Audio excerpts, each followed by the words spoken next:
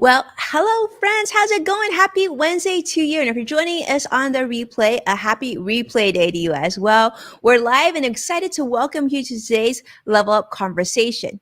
So, there's so much happening today.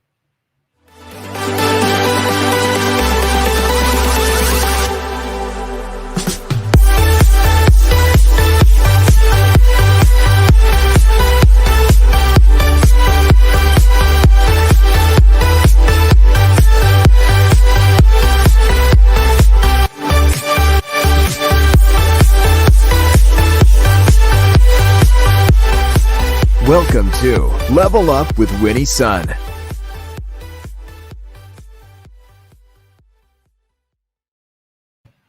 Hello, I'm Winnie, your host, Forbes contributor, CNBC council member, and award winning financial pro, here to keep you on top of relevant trending business news. But most importantly, you're a part of today's discussion. It's always a treat to be here with you, and I so appreciate you tuning in. We will be monitoring and sharing audience feedback throughout the program, so thanks so much for being part of today's program. Now, let's start with the market, let you know how it closed, because I think you're going to like this news. The Dow closed up 137 points. Nasdaq closed down 7. The S&P still closed up over 13 points. Now, the Dow Industrial average today jumped to a record today as investors felt much more confident about the recent news, better than expected earnings reports and so much more.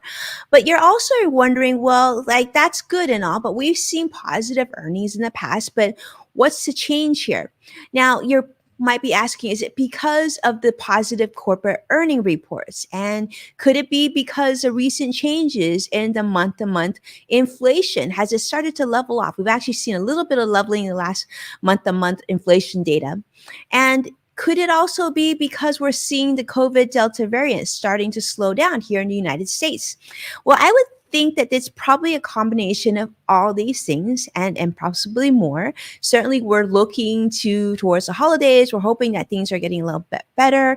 We're certainly hoping that COVID is closer and closer to being behind us so that things can get a little bit back to normal. There's been just a lot of news, but also, we're very excited to see that a lot of companies, believe it or not, are doing pretty well. In fact, today, after the market closed, Tesla reported third quarter earnings results, and they were actually record earnings. So congratulations to the team at Tesla. And Verizon also jumped during the market hours today, rising over 2% in one day, with earnings that topped estimates thanks to, what do you know, our growing adoption of 5G. So we like our phones here and we like them quick. So certainly Verizon is seeing a benefit there. But today I also wanted to share with you in an article that I contributed to CNBC with the one and only Sophia Pitt. She's at CNBC, a reporter there, and with Grow, which is I think with Acorn as well.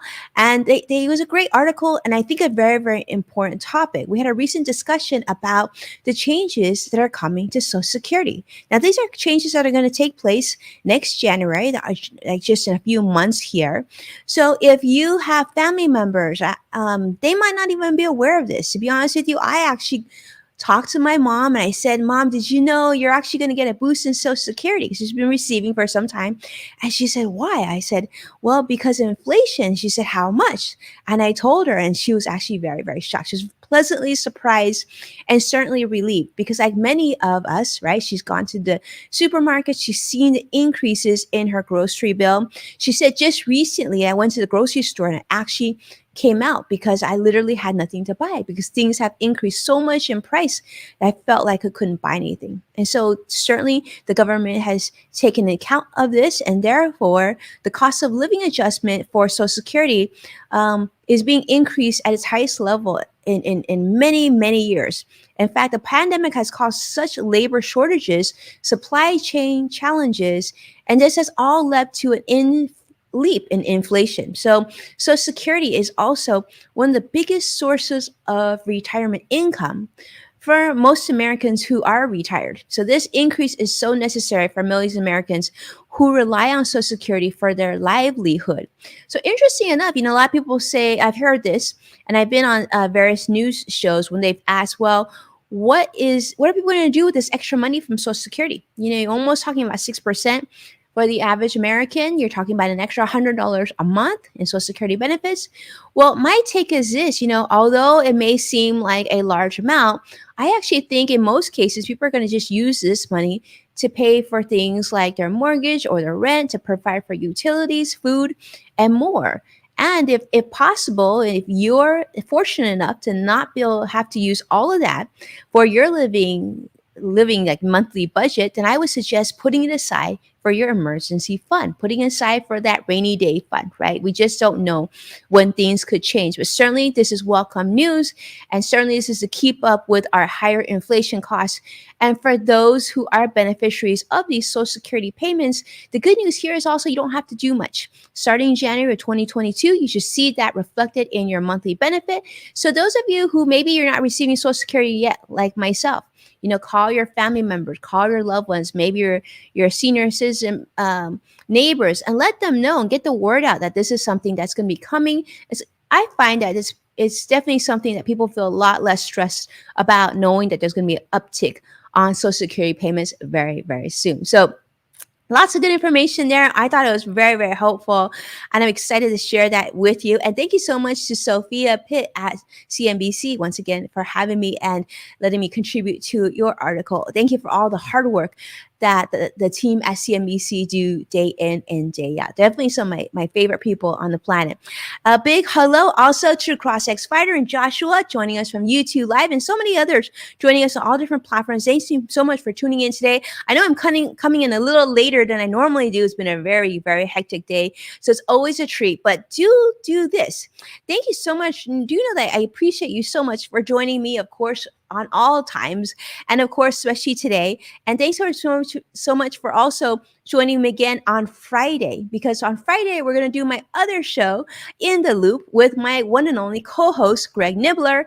And we're going to be breaking down more news that you can use, how to navigate business headlines, and of course, what Apple, Google, and the others released this week. So much news, so much good stuff. It's a lot of fun that we have to talk about. So I look forward to seeing you again this Friday. That'll be 2:30 Pacific if you're joining on West Coast. And if you're on the East Coast, it'll be 5:30 Eastern. So I can't wait to see you on Friday. And of course, if you have any questions or comments or anything that you just want to talk about, definitely reach out to me. I'm always available via direct message, or you can just share a post and tag me on it. Always happy to hear from you. Stay well, be well, and I'll see you again on Friday. Take care now.